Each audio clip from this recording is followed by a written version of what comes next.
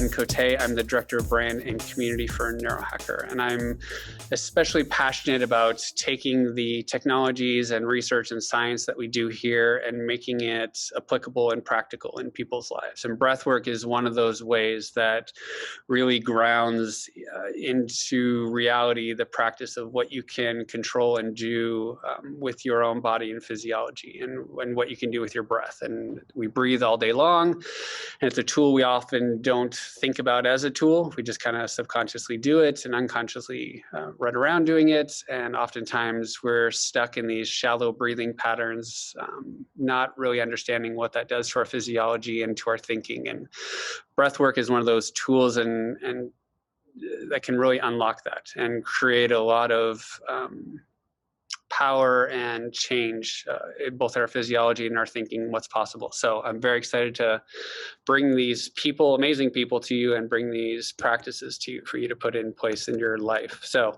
with that, I want to give a quick introduction to Casper, and I'll let him kick it off. So Kasper, known as the Breathwork Biohacker, you can follow him on Instagram at Kasper Focus. I'll put the links in the chat as well. His bio on his website, mindlift.com, says, adventurously curious in the art and science of breathwork, biohacking, influencing the nervous system, and anything related to human optimization, which is just phenomenal. And this is why we're all here today. So to learn the techniques and practices of breathwork that can alter our nervous system towards human optimization. So to using these tools of our body to influence what's going on so we can feel, operate at our best in order to create that life that we all want for ourselves and those closest to us. So with that, I want to kick it over to Kasper so he can take it away. Thank you, Ben. Thank you, all amazing humans online. I'm super excited to talk to such a awesome crowd of people all over the world. I'm very excited to share with you what I have to share today. Very basically, we're going to do about 20 or 30 minutes of breath work, of breathing, which I will guide with some live music from my shiny metal friend here, the handpan. And then I'll go into maybe 20 or 30 minutes of a bit of a lecture, some scientific theoretical backbones of the work that we're doing. Very much like Brian McKenzie, who was on here 2 weeks ago, I'm not necessarily ascribed to one specific method or one way of thinking. I am very passionately interested in how this stuff works. And actually, I'm more interested in what works than I am necessarily in breathwork. The reason I became what they call like a breathwork specialist is because it works. And it is the fastest, most immediate way to influence our state of being. And this has to do with some very foundational understandings about human physiology. And there's many ways to influence human physiology through all kinds of amazing tools, like supplements, like nootropics, like movement, like nutrition, and all the different tools out there. But the most immediate, most direct way is breath. And this is simply because breath is the first responder of your nervous system. It is the primary objective, the primary priority of your physiology, because in every second that you're alive, you are dependent on the amounts of CO2 and oxygen in your body. And this also means that there is a direct link between these physiological states, the states of your nervous system, and the states of mind and body that we experience from day to day. We live in a very mind-centered paradigm in the Western world, in the modern Western world, where we think that our thoughts are the most important thing. I think, therefore I am. Well, actually, what is more profound, more important to understand, is that our physiological state creates the state of brain, which creates a state of mind and the quality of our thoughts. So if we want to be more productive, if we want to have a calmer mind, if we want to be able to focus better, to be capable of being more intimately in touch with the people that we love, if we want to sleep better, breath is a very foundational, very important place to start. So that's where we're going to start today. And like I said, I'm not necessarily ascribed to any particular method, but I'm interested in principles. And principles basically are the foundations of understandings. And they are very Well, there's actually only a few very important foundational principles that explain and describe why breath work works. And I want to share a few of them with you today. And before we do that, we're going to do a little breathing session. And this breathing session might be different from other breathing sessions that you've tried, or maybe this is one of your first breathing sessions, which is all good. It's good for every level and anybody who is interested in joining breath.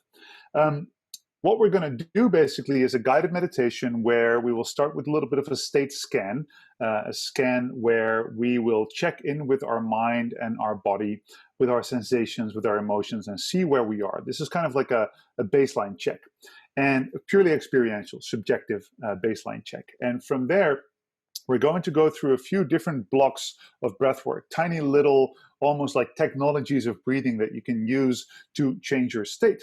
And after every one of those little blocks, little breath technologies, we're going to check back in with our state and see what changes in our heart rate, in our body temperature, in the way that our senses are tuned to our environment.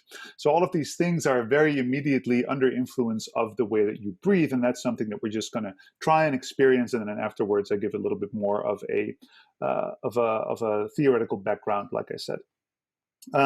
Very quickly about me. So I was trained as a science teacher. I worked as a science teacher for years.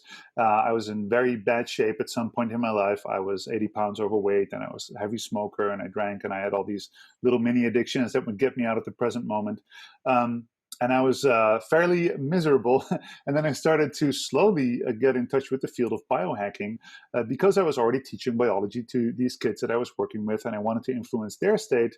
And this is a long story that I'll keep very short, but at one point I realized that if my kids were having test anxiety, the kids coming in like to do a physics test or whatever, and they were having test anxiety, and they were worried, and they were cramped up, and their muscles were tense, and their faces were tense, I wasn't able to actually help them learn properly, and they wouldn't perform well on these tests. And I was like, wait, I understand how biology works. I understand the state that they're in, but why haven't I learned as a biology teacher to influence their state, the state of their brain, the state of their nervous system? And that's when I started playing around with all these different kind of hacks to improve the learning curve of my students.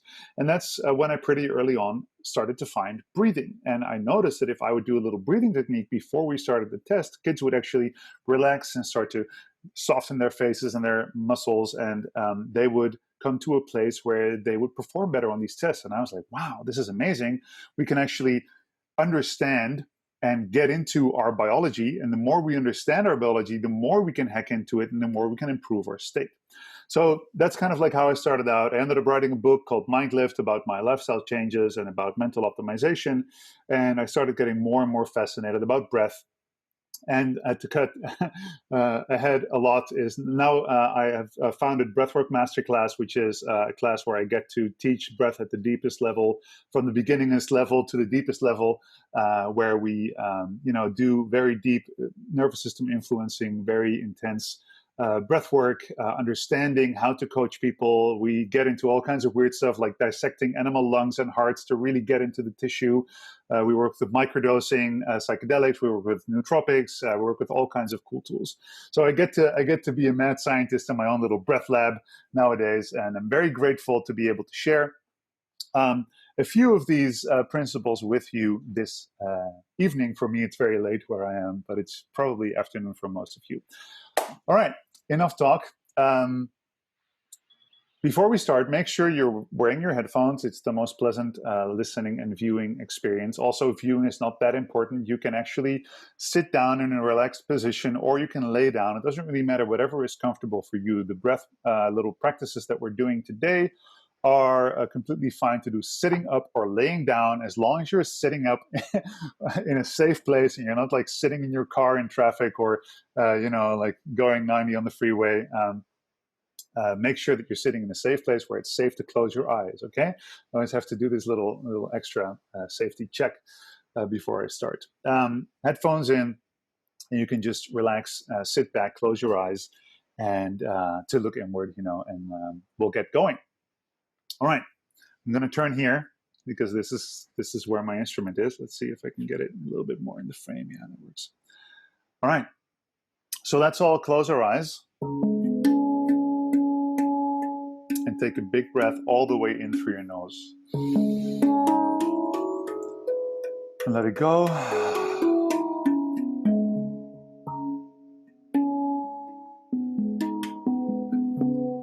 And as you have your eyes closed, just kind of notice what is the first thing that comes up in your awareness.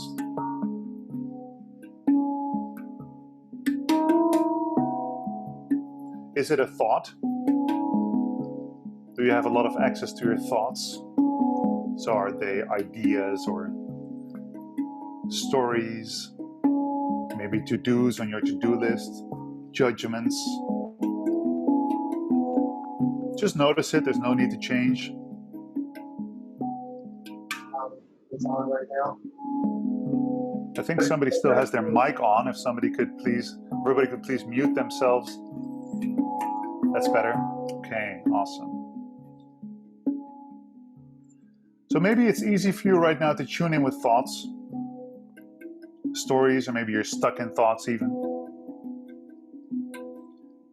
Or is there more of an emotional state present? Are you in touch with your emotions? Are you feeling any predominant emotion in this moment? And I'm just inviting you to notice, not to change or do anything about it.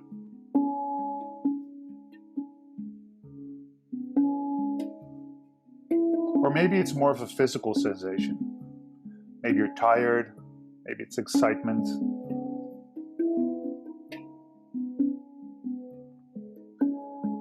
Maybe your muscles are sore. Maybe you're feeling just energized and awesome. I hope you do.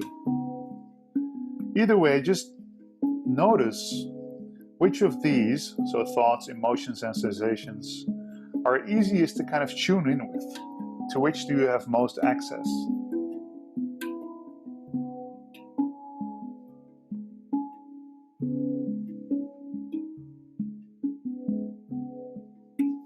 And I'll invite you to slowly rake together your attention and start to slowly focus that on your breath.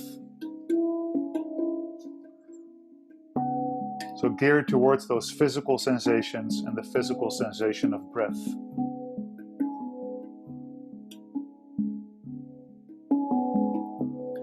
So where do you notice your breath? What do you notice about your breath as you pay attention to it? Maybe you feel the rising and falling of your abdomen as you inhale and exhale. Maybe you feel the fresh, crisp air coming into your nose, through your nostrils, into your lungs. Maybe you feel a tightness somewhere, a tension. Maybe you feel that the breath is not really happening in those abdomen, but more in your chest area or even in your neck. Just take a few moments to check in. What's happening? How is your breath happening? How does your breath feel? How free does it feel? Is it purely happening on autopilot? Does it change when you watch it? Are you drinking it in? Are you sipping it? Are you forcing it? Whatever it is, doesn't matter. Just notice it. Just notice what is your relation with your breath and the physical sensations of that right now.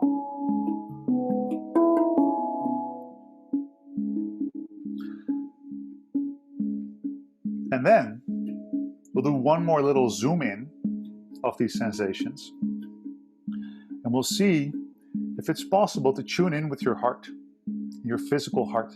A lot of times people ask me, my emotional or my physical heart? Well, that's a difference. But for now, just focus on your physical heart. The way it beats. Maybe you feel it in your chest. Maybe you feel it in your neck or in your pulse. Maybe you're not really feeling it at all. Maybe it's not really noticeable. It's fine. But if you do notice it, is it loud or is it soft? Is it fast or is it slow?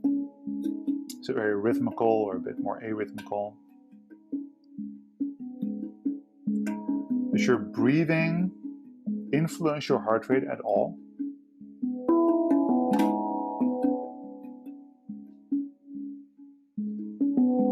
So does your heart rate kind of jump up a little bit when you breathe in?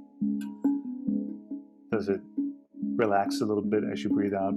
If you can't feel any of that, it's completely fine. Don't get frustrated about it. If you now notice that you can tune in with your heart rate, just make a mental note of that and see how that changes throughout the session. And if you now look at all of these things combined, so your ability to check in with your thoughts, the ability to check in with your emotions, with your physical sensations, the rate and the state of your breathing, the rate and the state of your heart, and the question is, what is your overall state? How would you label that right now? How do you feel in this moment? What's the word you give that? Because all of that combined will be a little baseline check. And with every little breathing technique that we do, we're going to just check back in and see, hey, what's changing? You see, we can lecture all we want about breathing, but the fact is that you are the laboratory, you are the science book, you are nature, walking around with every little knob and lever and change and detail in breathing in every second. And all we need to do is become conscious of it to learn how to hack into our autopilot. So now we're going to play around with those little knobs and levers of breathing. And the first thing we're going to do is called the one breath break. It's a mini one breath breathing technique where we do a full inhale, we hold it at the top for a few seconds, we let go in relaxation, and we hold it at the end until we feel the urge to breathe. We're going to breathe in through the nose. Join me, breathe all the way in. And hold it. 3, 2, 1. Let go. And at the end of that exhale, just wait. Where your breath naturally stops, just wait until you feel a clear urge to breathe.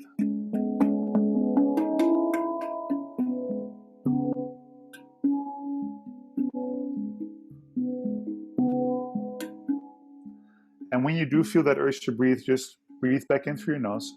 And come back to your normal breathing.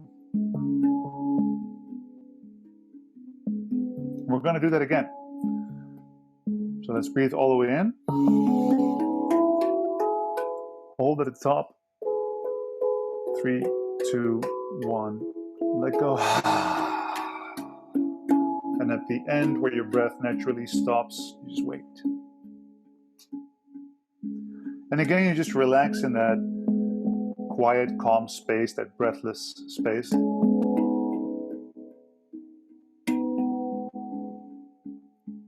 Until you feel a clear urge to breathe. And then you're going to breathe back in through your nose.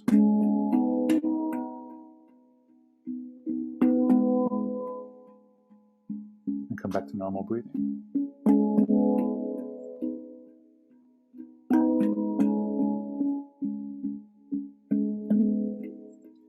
And do one more, but now we're going to exaggerate every part.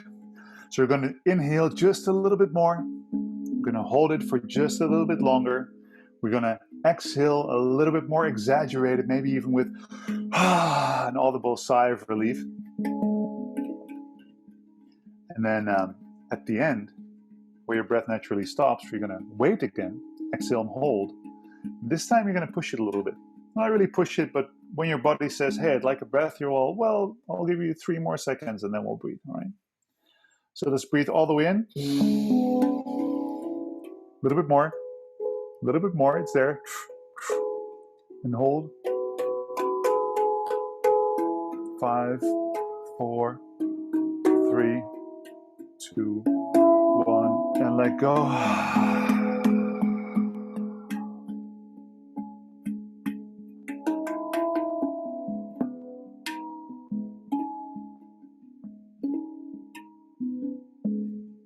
And now when you feel the urge to breathe, at the end of that exhale, you're going to tell your body, well, I'll give you 3, 2, 1, and then you take a nice inhale.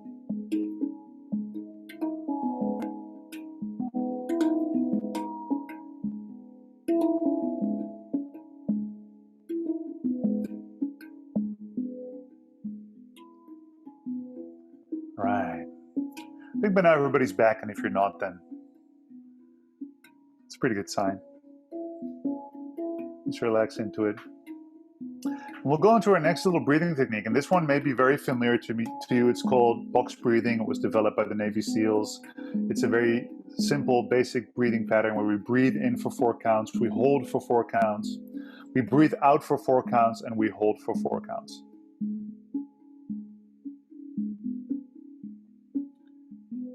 So let's give it a little try. Let's take a sigh of relief so we're all synchronized. Breathe all the way in. And let go. We'll start in 3, 2, 1. Follow me. Breathe in, 2, 3, 4, and hold. 2, 3, 4, and breathe out. 2, 3, 4, and hold. Here we go. Now breathe in, 2, 3, 4, and gently hold. Gentle, relaxed hold. And breathe out in relaxation and hold. So take a big breath in through your nose. Enjoy that wonderful big breath and hold it. Hold it gently. And relax and let go. And hold again. In.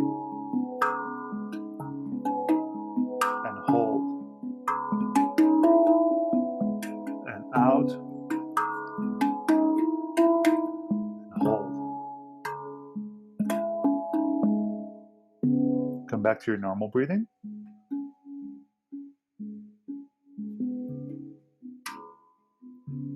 So I've done 2 mini breathing techniques.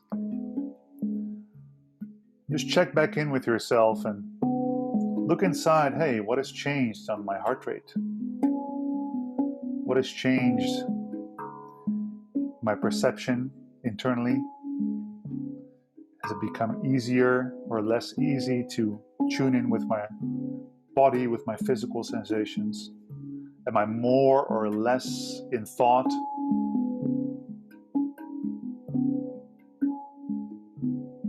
Am I more or less capable of accessing emotional states?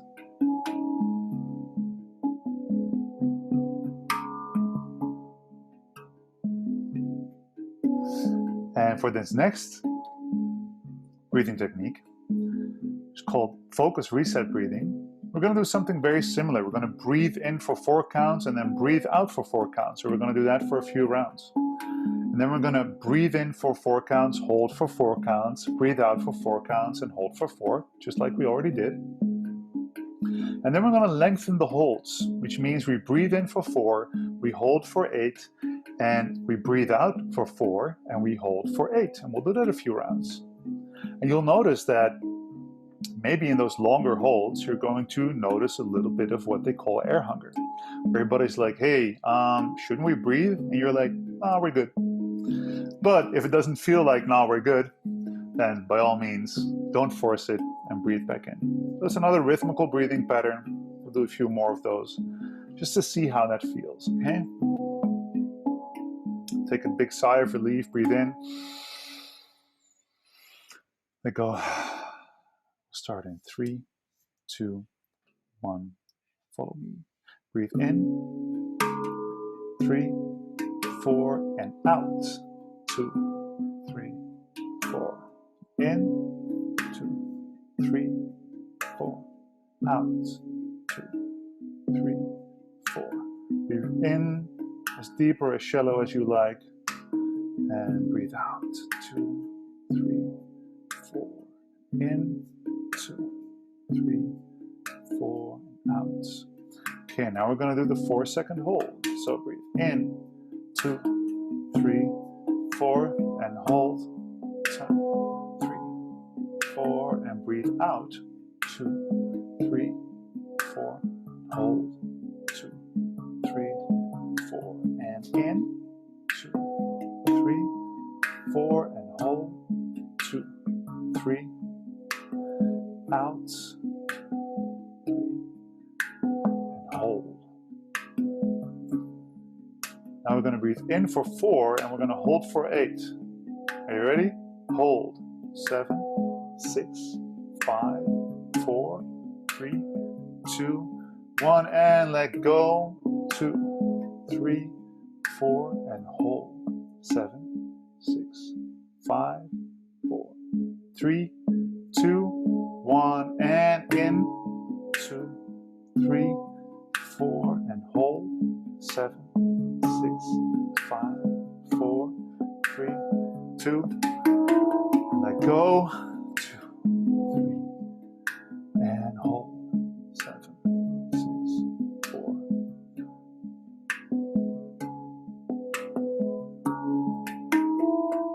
And come back to your normal breathing. Check back in with your state. How did your body respond to longer breath holds? Was it stressful to you? And if it was, how did you respond to that stress? Did the stress turn into fear? Did you welcome the stress? Maybe it was extra calming. Or maybe it was a little bit stressful, a little bit weird feeling when you were doing it, but it was extra relaxing after you stopped and you breathed in again. And if that's the case, you're in for a treat because we're going to explore that principle a little bit more. So what we're now going to do in the next breathing technique is we're going to kind of seek out that state of air hunger, of not having quite enough breath, or not quite as much as the body wants.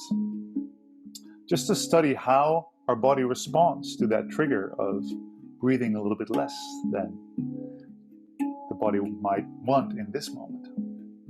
We're going to do another little rhythmical breathing pattern, and all of these patterns are going to stay rhythmical. We're going to breathe in for 4 counts and breathe out for 4 counts, just like we just started. And then we're going to breathe in for 4 counts and then breathe out for 8 counts. Do that a few rounds. And then we're going to breathe in for 4 and breathe out for, you guessed it, 12 counts. And then last round, we're going to breathe in for 4 and breathe out for 16 counts. This is a down regulation protocol, very much inspired by my friend Ben Pelton. And what this does is it starts you off in a very relaxed flow style breathing. In for 4, out for 4. And then we're going to start lengthening the exhale. And in the beginning, it will be very calming. And near the end, when we breathe out for 16, it may get a little bit challenging. So this is a fun little challenge to see how slowly and how controlled you can let the air seep out of your body, like a little balloon that you're trying to deflate in slow motion. And if you then feel that breathing stimulus, that feeling of like, I'd love to breathe right now, you can see if you can welcome that, if you can sustain that. And of course, never force anything. If it doesn't feel good, then just come back and breathe in and come back to a pace that does suit you. There's no need to force anything. We're just listening to the body.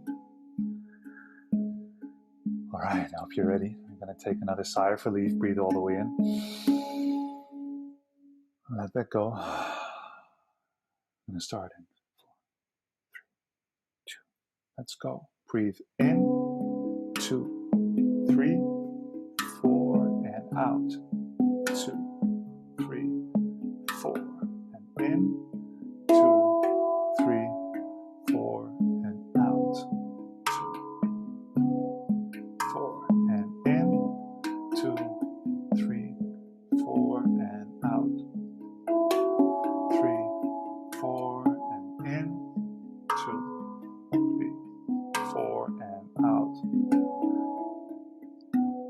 Now we're going to go in for 4 and 8 for out. 3. You ready? And out. 7, 6, 4, 3, 2, 1. In, 2, 3, 4 and out. 7, 6, 5, 4, 3, 2, 1, and in, 2, 3, 4, and out. And if you want, you can breathe out through pursed lips, imaginary straw, and always in through the nose. Nice big breath in, and then out.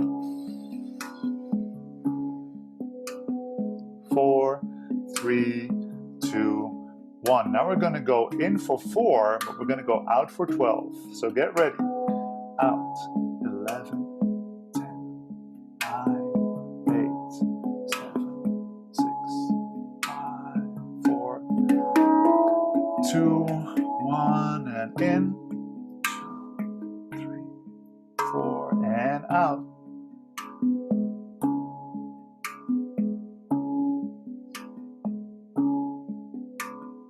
4, 3, 2, and in. 2, 3, 4, and out. 10, 9, 7, 6, 5, 4, 3, 2. Now last round in for 4. Take a nice big breath because we're going to go 16 out. 15,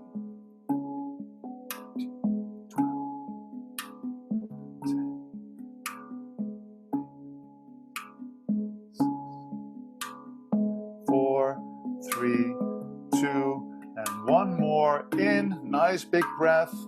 We're almost there. Out.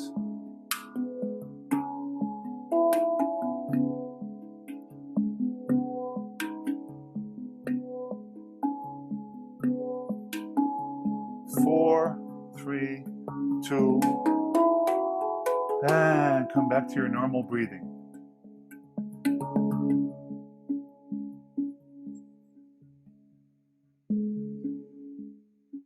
And as you land back,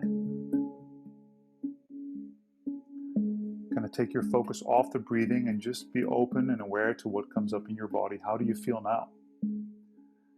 And especially if that last little exhale length was a little bit uncomfortable, and your body was like, well, that was a bit much, or not enough, I should say, oxygen. How do you feel now? How has your breath changed? How does it feel now to inhale? Is there any change in the freedom of breathing? If your body is feeling in any way weird or a little bit dizzy or tingly, that's completely fine. That's part of it. I mean, we were playing around with CO2 levels quite a bit. It's okay for your body to respond to that. So check in with yourself and ask yourself, hey, how much do I now have access to thoughts and ideas, and how much do I now have access to feelings or to physical sensations? Maybe the things you were worrying about when you came into the session are a little bit more distant. And especially how fresh and how free does your breath feel when you take it in now? Because by kind of limiting the amount of oxygen and increasing the amount of CO2, you're actually creating a training stimulus for your body to get better at using that oxygen. So it can be very nice to now feel that your breathing has relaxed or maybe freed up a little bit. Okay, we're going to go to this last technique, which is one of my favorites. I've been developing and using this for a while now. We're going to again breathe in the same rhythm. So in for 4 counts and out for 4 counts. And now we're not going to lengthen or hold or increase anything except for the volume, which means that we're going to do in 2, 3, 4, and out 2, 3, 4. But we're going to breathe at different depths in those 4 counts, right? So you can imagine you could do a 100% breath.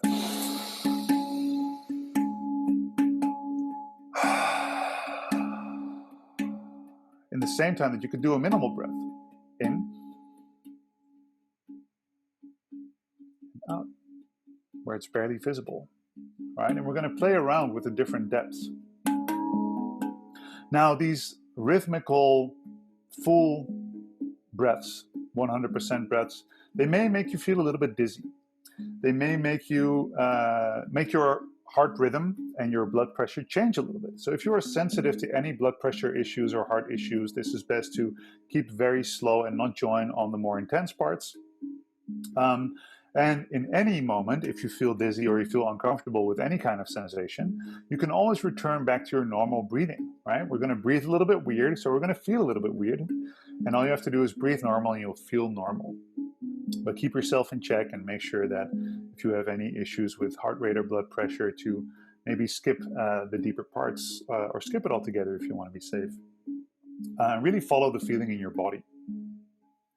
Okay, we're going to start at a depth of breathing, a volume of breathing that is just natural to you, without trying to make it deep or trying to make it shallow. Just as soon as we start breathing rhythmically, how does it then feel? How does your body feel like breathing? And one thing that's really amazing to me when it comes to breathing is that your breath rate and your heart rate are connected. And as soon as you start breathing in a specific rhythm, your heart rate will start to join. And you will start to create an inner what's called coherence. Coherence between your heartbeat, your breath rate, and even your brain waves.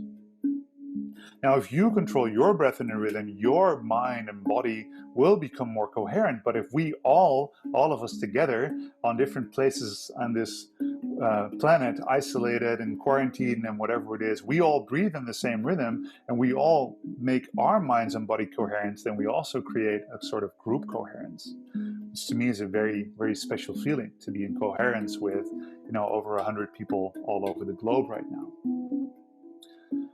A little bit of magic to me. All right, let's breathe in.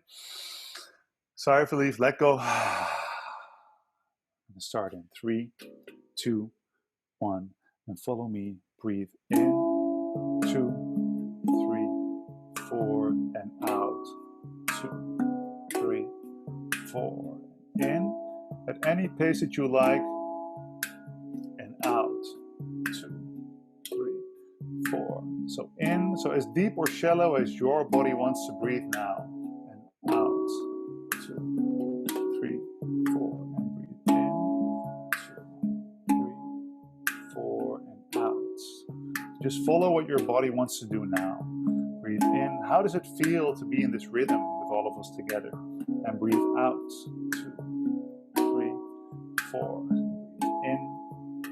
Nice, calming breath. And relax on the exhale. And breathe in and make sure those inhales are all through the nose. And breathe out in any way you like. Just let that breath go. Breathe in. And breathe out. And now that we're used to kind of rhythmic breathing, we're going to breathe in and make it a little bit bigger, about 10% bigger. And breathe out and let that air go. And breathe in a little bit bigger, another 10% bigger. And let go. And breathe in and build up your breath just a little bit more. And let go. Breath is getting deeper and deeper, and in a little bit deeper. Maybe involve the chest even, and let go. And another nice big breath in. And on the next breath, breathe out. We're going to go to about 100%. So breathe in as deeply as you can within these 4 counts. And breathe out as relaxed as you can within these 4 counts. And breathe in as deeply as you can within these 4 counts, and out. And breathe in like a wave is coming over you on the beach. And breathe out and the wave is washing back into the sea. And breathe in. Relax and don't force it, and breathe out. In and out. And now, in the next one, out, we're going to make it a little bit smaller. So make a little bit of a smaller breath. We're going to go to a lower volume. Out. And a little bit smaller yet. A little bit smaller inhale. Still in the same rhythm. Just a different volume. In and a little bit smaller again. We're going to build it down with every breath and breathe out. Breathe in. And now you're at about 50%. Only your belly is moving. Only your nose is breathing. Your mouth doesn't have any business. In, your chest doesn't really have to collaborate. And out. In, and we're going to make it even smaller.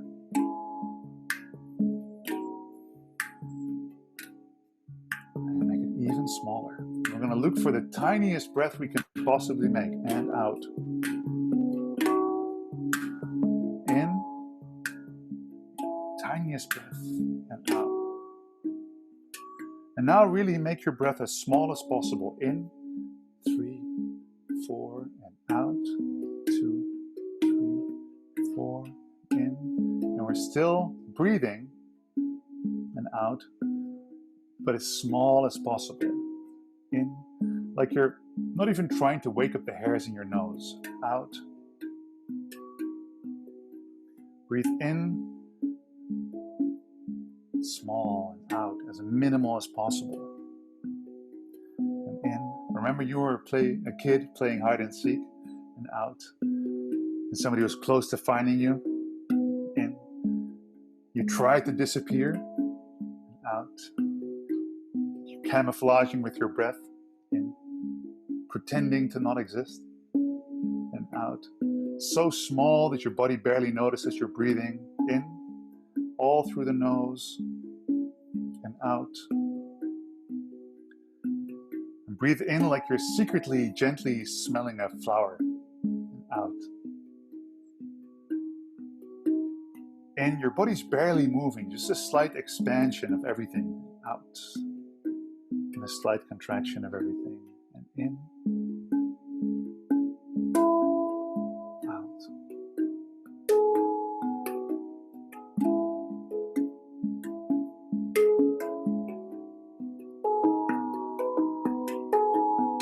In. And really allow yourself to go into that little air hunger, that deprivation mode. In. And out.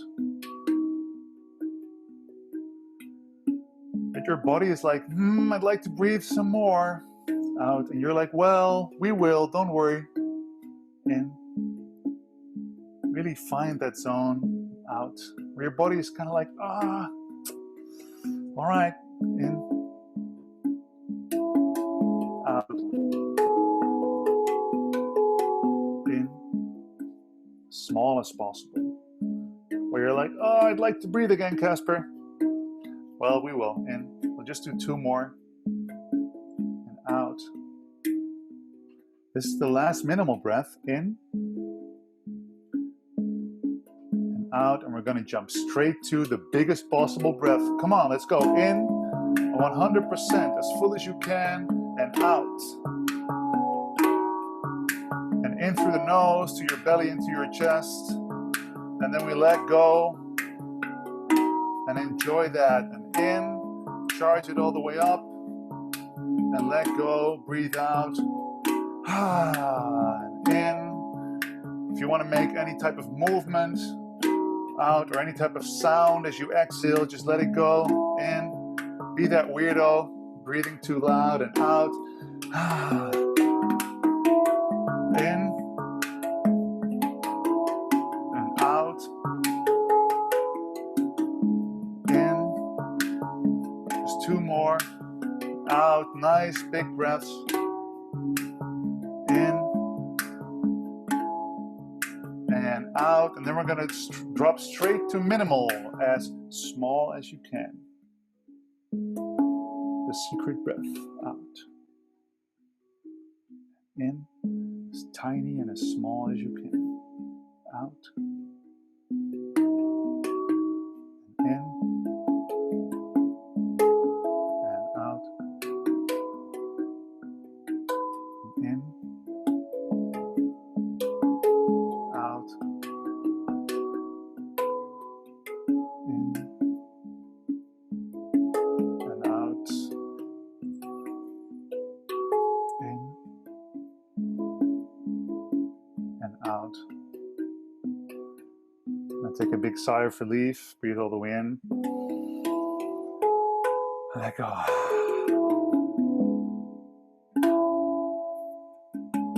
And lastly, just come back to that inner awareness. Keep your eyes closed. Look inside. Do you now have more or less access to thoughts, more or less access to emotions, or more or less access to physical sensations? Are you more or less in touch with your body? How close or distant are the thoughts or worries you walk around with in a day? What's your heart rate doing? Is it easier or less easy to feel it?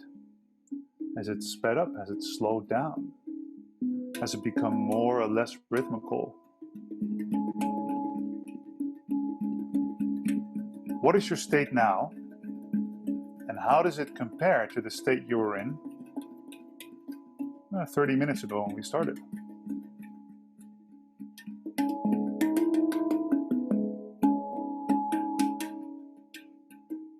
Just make a mental note of that state change. I'll take one more big fat sigh of relief. And let go.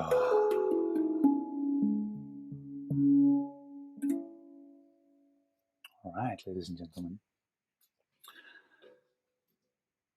If you're not asleep, I'd love to welcome you back to the room, so to say. I will do a very brief little talk about what we just worked on and why these things happen. And I would love to also invite you, if you have any questions along the way, to just write them in the comment box, and then I will definitely try to answer them. I'm seeing some very positive responses, which is awesome. Seeing some happy people that have calmed down and relaxed. And I have mainly chosen to point this breathing session towards relaxation, because this is what many people need. A lot of people have a lot of issues around anxiety, and I'm very familiar with those. So yeah, this is what works for me. All right, to that side, you can see my little whiteboard, which is a little bit confusing because for me it's on that side, doesn't really matter. And I'll just talk a little bit about a few different concepts that I find very interesting, especially if you're into biohacking, neurohacking, improving your mental and physical states. So I would like to talk to you a little bit about the nervous system, give you a little bit of theoretical backing, and then come in and explain what we've just done. So first of all, there's a few different states in the nervous system, and I will explain it in a very basic way. So we have, if you look at it in a very simple way, and for the kind of neuro nerds out there, this is not a complete view of the nervous system. That I'll confess that right away, but I'm keeping it very simple just to keep it also very practical. So on one side here on the top of the spectrum, I'm going to call this the sympathetic side. And this may be a big word that you're unfamiliar with, but you may know this as fight or flight, the fight or flight. Wait, let me not write and talk at the same time. The fight or flight system. That's how it's usually known. It's a little bit of an incomplete view, but this is how we know it, and this is a good way to kind of like introduce it. And on the other side, we have the parasympathetic nervous system. I'm just now just kind of like abbreviating it so I don't have to write that much, which is known as rest and digest, or a term that I like to give it more, which is also very fitting, is called the stay and play nervous system, part of the nervous system. Now, I'm calling them different nervous systems. They're one nervous system, but we have different actual nerves that are linking into our body. And when the spinal sympathetic chain is active, we have a different set of nervous system functions. And if the parasympathetic nervous system organ functions and behavioral and mind and functions. And if the parasympathetic nervous system is active, the nerves, right, that innervate our organs that belong to the parasympathetic nervous system are active, then we have more of the organ functions and mental states that belong to this calming, rest and digest, stay in place state. Now, I'll break it down a little bit more simply. First of all, what we have to understand is that we are fundamentally built as hunter-gatherers, right? So our hunter-gatherer ancestors that lived 100,000 years ago, they had lived a completely different life, right? There was constant survival stress. They had to always be on. They had to be hypersensitive.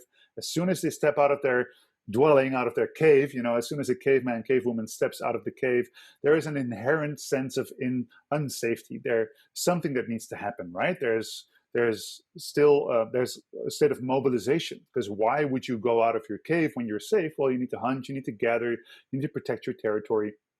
Now, I'm talking about these hunter-gatherers as though they're different from us, but actually we are those hunter-gatherers. We are fundamentally, physiologically still built on the same map as our hunter-gatherer ancestors 100,000 years ago. So we still have these same systems. So as soon as we go out of our cave, right, and we go out into the world, or we interact with the outer world, which is not even outside, which is, we're inside in our living rooms, and through our magical screens, we get all of this data and information about the outside world. It triggers our nervous system to go into more of a sympathetic state if those things are threatening our sense of safety, right? So as a hunter-gatherer, you have two very important functions. One is when you go outside of the cave, and if you, you have to hunt, you have to gather, there is something that still needs to happen, right? There is some sense of mobilization, protect your territory, fight off competitors, whatever it is. And on the other side of the spectrum, we have this very different set of functions that we also need desperately, and we use them when we come back into the cave. So I'll just quickly write that down, right? We're in the cave, which means, oh, sorry, that's the wrong one. It's getting late out here, guys. I'm sorry for that. We're outside the cave, and there is an inherent unsafety, right? Or there's high stakes, right? Unsafe is not always the right word, but there's high stakes. Something needs to happen. Shit needs to go down. And then we have this in the cave state where we are safe, right? Now, the things that we do outside of the cave, like I said, hunting, gathering, getting our food, making sure that we have all of our resources, and making sure that we're safe, building our little cabin or shack or whatever it is. And then when we come back into that cave, we need to have a different set of functions. What we need to do there is we need to digest our food. We need to do tissue repair on the things that we may have damaged from our strenuous muscle activity. We need to sleep and recharge our brain. We need to be intimate with our family. We need to relate socially to our peers. All of these very important functions that are also a very big part of human life, right? So we basically go out of the cave to kick ass, to live life, to reach our goals, to do amazing things, to make sure that we can provide for our families. And then we come back into the cave, into the parasympathetic resting state, where we can hang out with our friends, play with our children, recover from whatever it is that we have done in this outside of the cave state. Now, we are, of course, as humans, built to flexibly move in between those different states, right? So in an ideal world, of course, we would, for example, we would get up, and we're very calm and we're very chill, and slowly we come into a state of action. We have our breakfast, we have our coffee, we come into this wonderful flow state. The flow state is really where these two sides of the nervous system are balanced, which means you have a calm mind, right? You have this sense of safety, this sense of resting, of calmness in your mind, but you still have an active body. You feel like you can go out there and kick butt and, be awesome. So we're kind of like flowing around here, having an awesome time. And right before lunch, we have this big productive spurt, or we have a meeting, we make a sale, we feel awesome. And then we have lunch. And when we lunch, our body needs to digest, right? So we need to calm down and relax. We kind of stare out with our eyes a little bit. We, our metabolism goes down, and we start to digest our food. We get awesome energy from our lunch. We have an amazing kick-ass afternoon. We reach our goals. We go after things that we want, that we feel are important. And then, we come home, we have a big meal. We hug our kids, we hug our significant others, we spend time with our family, we have an awesome dinner. After dinner, we have a nice little after dinner dip or a little nap.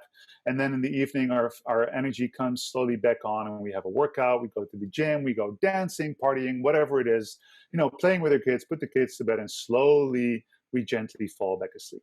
Now, this would be awesome, of course, if this is what we would do, but because we have this hunter-gatherer brain, which is very sensitive and also very lazy in a way, this is not how we usually interact with our modern world. Our energy doesn't really flow in this way. What we usually see, especially in times of, global distress and chaos, is basically we wake up, and when we wake up, we're already pretty much in this anxious, active state. And we shoot straight up, and we basically spend all of our time in this fight-flight state where we're kind of anxious and worried, and we try to calm ourselves down with a cigarette or some sugar, and we shoot ourselves back up again, and we get, we kind of wiggle around this state of constant tension and stress. And then, by the time we get to bed, we kind of crash into sleep. But even when we're asleep, we're still in a heightened state of awareness, right? So heightened state of awareness really belongs here. If you're in a sympathetic state, your senses are more open, your heart rate is higher, your bronchi are more dilated, you take up more oxygen, your blood starts flowing, and the actual organ functions that have to do with recovery and digestion are suppressed. Right? So if we live a life where we're chronically up in this high state, you have to understand that in biology, form adapts to function. So if we demand one function from our system constantly, right, the sympathetic, heightened, hyper-aware, hyper-on state, if we constantly ask that, our body will get very good at this, and it will get very poor at that state. And we basically end up in a state of chronic stress, which is also often called anxiety. And a lot of inflammatory issues, a lot of stress-related issues, losing mental bandwidth, having brain fog, they're all correlated with this, according to many studies and many people much smarter than me, luckily. Adrenal fatigue is one that's mentioned here, has to do with a chronic overstimulation of the sympathetic nervous system, simply because our minds and our bodies, our brains are not built for the environment that we live in currently. Now, what we can do about that is many amazing things, and I'll keep it. I won't go into another few hours of lecture because I can talk about this for days, which I do in my master classes.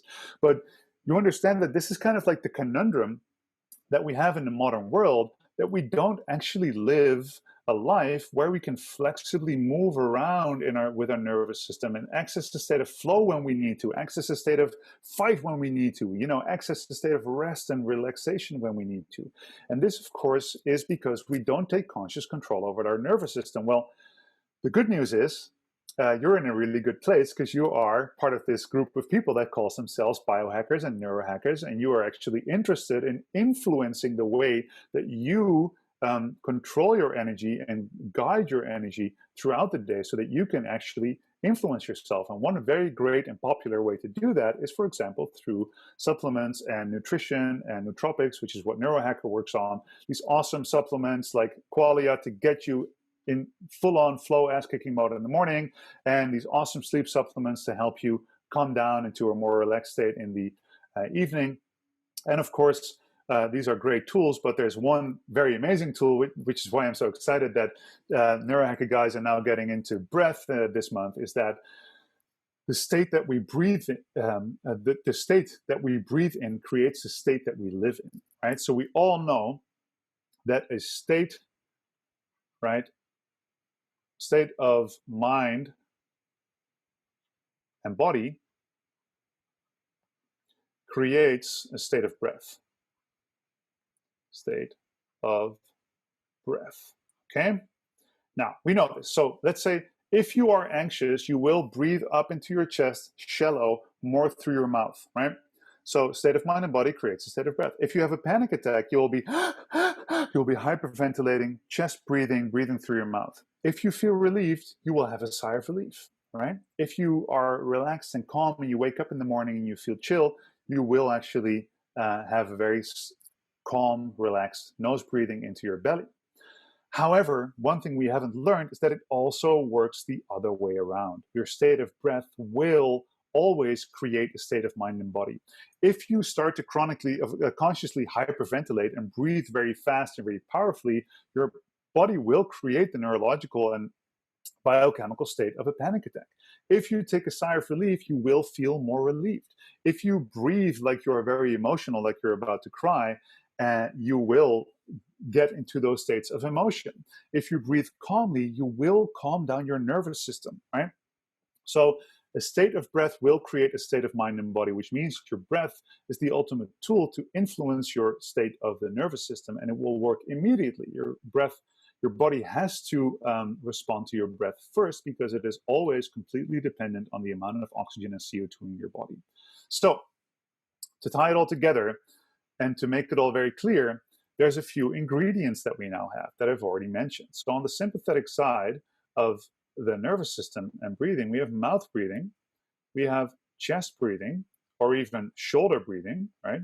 We have fast breathing, and we have a focus on the inhale. So like I said, the most intense example of that is a hyperventilation, like a panic attack, where you go fully focused on the inhale. Now, if you're out of breath, you may be more over here, a little bit more balanced, like you're doing a workout, you're in full-on workout mode, you're going on, you have a little bit more of an exhale focus, and which means you're still a bit more in control of your nervous system. On the other side of the spectrum, we have nasal breathing, we have diaphragm breathing, which is known as belly breathing, which isn't entirely correct, but you can kind of keep that in mind as breathing with your lower registers, with your belly, diaphragm breathing. Slow breathing with a focus on the exhale. So every single time you will use nose breathing, diaphragm breathing, slower breathing, and exhale breathing, you will calm down your nervous system.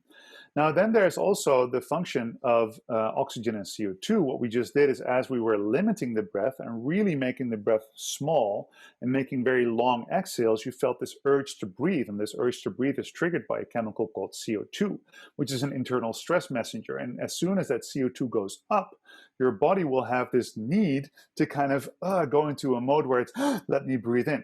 And the more you can train yourself to relax under that stimulus, so the more you can actually maintain more of a parasympathetic, downregulatory, so relaxing breathing mechanics and mindsets under an increasing state of CO2, the more your body will learn to relax under stress. So that's another amazing function. So I can talk about this for hours, and I will at some point. But the point here is, for example, we did box breathing. Box breathing was an inhale, an exhale, an inhale, a hold, an exhale, a hold. And box breathing gives you a nice calm mind while you still maintain an active body. So it's a very balanced breathing pattern. Then we start to do lengthened holds. So suddenly we went for a 4 count, inhale and exhale. But then we went for an 8 count breathing. And as soon as you lengthen the holds, for example, you start to calm yourself down. And we inhaled, and we hold for a bit longer, and we exhaled, and we hold for a bit longer. And with every longer hold, we're going to down-regulate our system a little bit more. Right? Then we did 4 breaths in, 4 breaths out, 4 breaths in, 4 breaths out.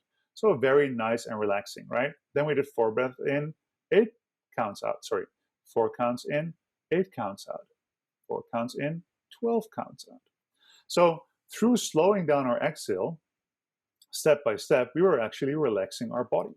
And then, of course, we had that state of breathing where we were constantly in the same rhythm. We're going in, we're going out, and we were changing between very big inhales and exhales and very small inhales and exhales.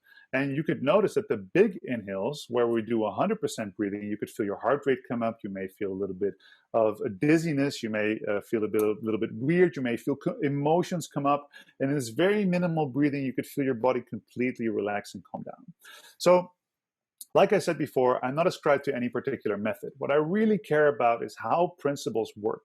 And if you understand and dig into the nervous system, you get to a very basic, very clear, simple understanding, much like this, that your breathing is actually the kind of like remote control of your nervous system. As you know, I was once famously quoted saying that, or not very famously, actually, it doesn't matter. But this is the remote control of your nervous system. Every single time you take a breath, you can take that breath consciously, and you can determine whether you are upregulating, so going up into the sympathetic nervous system, or downregulating into more of a parasympathetic tone, which means through your breath, you can influence how well you digest your food, how well you get to sleep, whether you are capable of meditating, whether you are capable of restarting, kickstarting your afternoon after a lunch instead of getting an afternoon dip.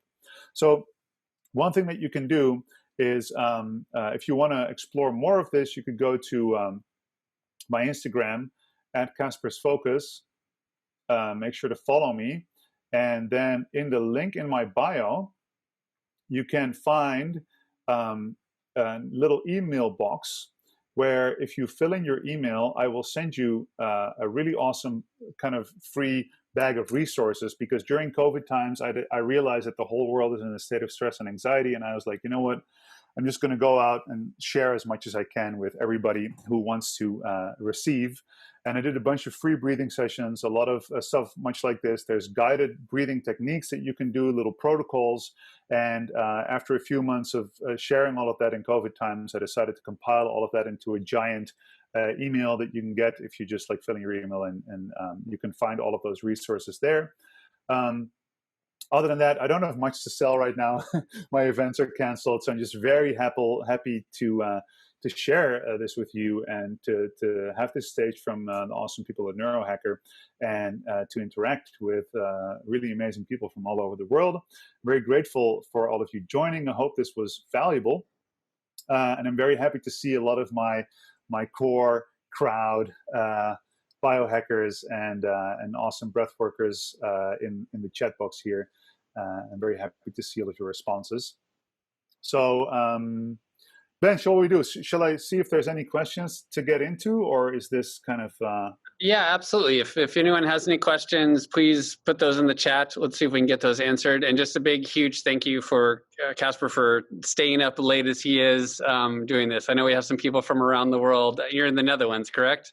Yes. It's just past midnight right now. Yeah, so very late there. Thank you for everyone joining us from where they're at, but especially thank you for those staying up late to be with us here today.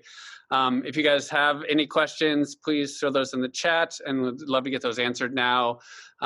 If not, we can collect some and get those later. Please go, to his Instagram. I put that in the chat, and sign up for those resources. Like he mentioned, this is just one of those tools that we all have access to. And when you can grasp hold of it and train it and learn these tools and techniques and learn to control what's possible with your own body and physiology, you just have so much access to power and options for how you can choose to respond to your environment and your world. And again, these tools and technologies are so helpful, and never more so than in today's world we're living in. Yeah, absolutely. And one thing that I really love, like going into the chat box and seeing so many people being amazed by the effects. And I just want to remind you that this is you. This is your amazing body, your amazing breath doing this, right? And we all get to be scientists of our own breathing, and we really get to come in into our body, into our beingness, into our awareness, especially in hectic, crazy times. And I'm just really always very inspired by people taking the responsibility, like really sitting down and going like, what can I do in my life to improve my state? And with that, bring that to the world and improve the state of the world. And I'm super grateful to be able to have a little blip on the radar of that. A few questions about my instruments. So I'll very quickly show you. So this is called a hand pan. It's a hammered instrument. There's many builders. This one is from handpanshop.eu. I have a lot of I use this for all of my breathing sessions online. If you want to check that out, it's an awesome instrument. It's a lot of fun to play. Can't go wrong. So then there's one question that I think is very interesting. A question that says, what kind of breathing goal should one work for? Now, there's many different schools of thought within breathing. I do not really believe in setting goals, because I think the goal mindset is what got us in trouble in the first place, and always trying to achieve goals. I think it's very valuable to sit down with your breathing and to curiously, lovingly study it, and really assume that you are the laboratory. Everything that I've told you is to be found inside of you, in your body. And if you sit down and look at breathing, right? So look at your body, look inside, and carefully, gently play around with it, that's where you really learn. A lot of people, they will use a goal and kind of, so I imagine like the goal is to get to the top of the mountain, and then they forget the whole process of going, they sacrifice the process of getting to the top of the mountain. And don't enjoy the ride. So that's definitely one thing. If you are interested in setting goals, there's definitely ways to do that.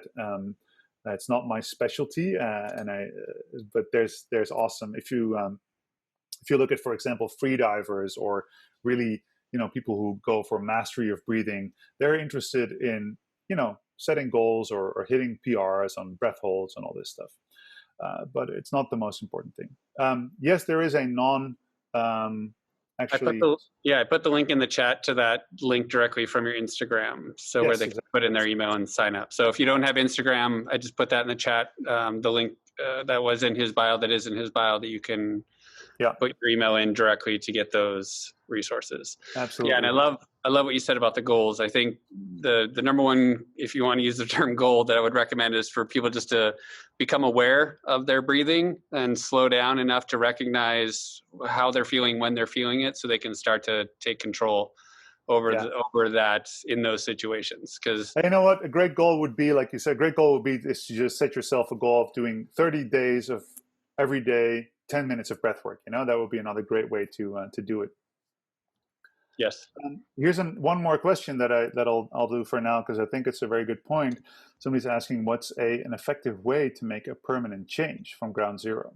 A lot of people, they, for example, want to take a meditation and they have a hard time making a change. Well, one principle that I find incredibly important is the principle of minimum effective dose, which means how little can you do for the maximum result? This is really what neurohacking, biohacking is about, right? So creating stacks, creating like compound benefits. So think about a moment in your day where you would, for example, like to access a different state than when you're in, right? So for example, your sleep, if you want to improve your sleep, or if you want to improve your energy after lunch, or you want to improve your mindset after waking. Now, meditation is, of course, an amazing tool. And a meditation is a bit of a mind method. So you sit down and you use the mind to watch the mind, and you kind of like go through all of those loops. But breathing is a physiological intervention. So if you can place a physiological intervention, which means that you change the state of your body, and through that allow the state of your mind to also change, then you actually can make it easier to kind of hack into that.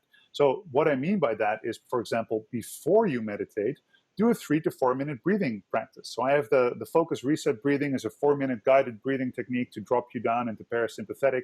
It's on my website. It's in the resource box that I'll send you. And so start to experiment with where does that serve you most in the day? Just 4 minutes of conscious breathing. Where would that serve you? For example, before you go into a stressful meeting, inject it there. Or before you go to lunch, right? If you have an after lunch dip regularly, before you go to lunch, you do this breathing technique, you calm down, and it might be easier to digest your food. Or maybe do it before you go to sleep, right? So before you go to sleep, you do a 4-minute breathing practice. So you just look at your day and you go, where would I like to kind of hack into it and find my calm? And in my experience, if you do a little breathing technique, 4-minute breathing technique, and you find immediate benefits. So you have that feedback loop of like, wow, this worked for me. I got to sleep easier. I felt less anxious going outside. I had an easier time making that pitch. And if you do that little breathing technique and you get the immediate benefits, and you always make sure you do minimum effective dose, so barely any effort, and get a maximum result, that's really how you create an inner reward system for constant change that is permanent, right? All right, that's enough for today, I think. Thank you guys for insightful questions and an awesome time. If you have any questions later on, feel free to find me on Instagram, shoot me a DM, and I'll do my best to answer. Awesome. Thank you again. Thank you so much, Casper, for staying up late, joining us. I appreciate you guys all for being here from all over the world, which is just phenomenal. And just to key on the last thing you said, one of the really awesome things about breathwork is you don't have to do it for an hour. Like a lot of these practices, you can get immediate results, as you guys did in this session, as I saw in the comments that you guys, the change of state that you guys felt in 3 minutes, in 5 minutes, in 10 minutes, and realizing that you have the agency and the opportunity to take that time out in your day to change how you feel and to change how you operate and to change how you experience the world is where the power of these tools lies. So thank you again, Casper. Thank you everyone for joining us. I really appreciate it. Hope you guys will join us next week as well. We have our final session next Wednesday at 2 p.m., same day, same time. All the link is in the page on our site, neurohacker.com/breathwork. I put that link in the chat. And again, thank you everyone. Have a phenomenal day.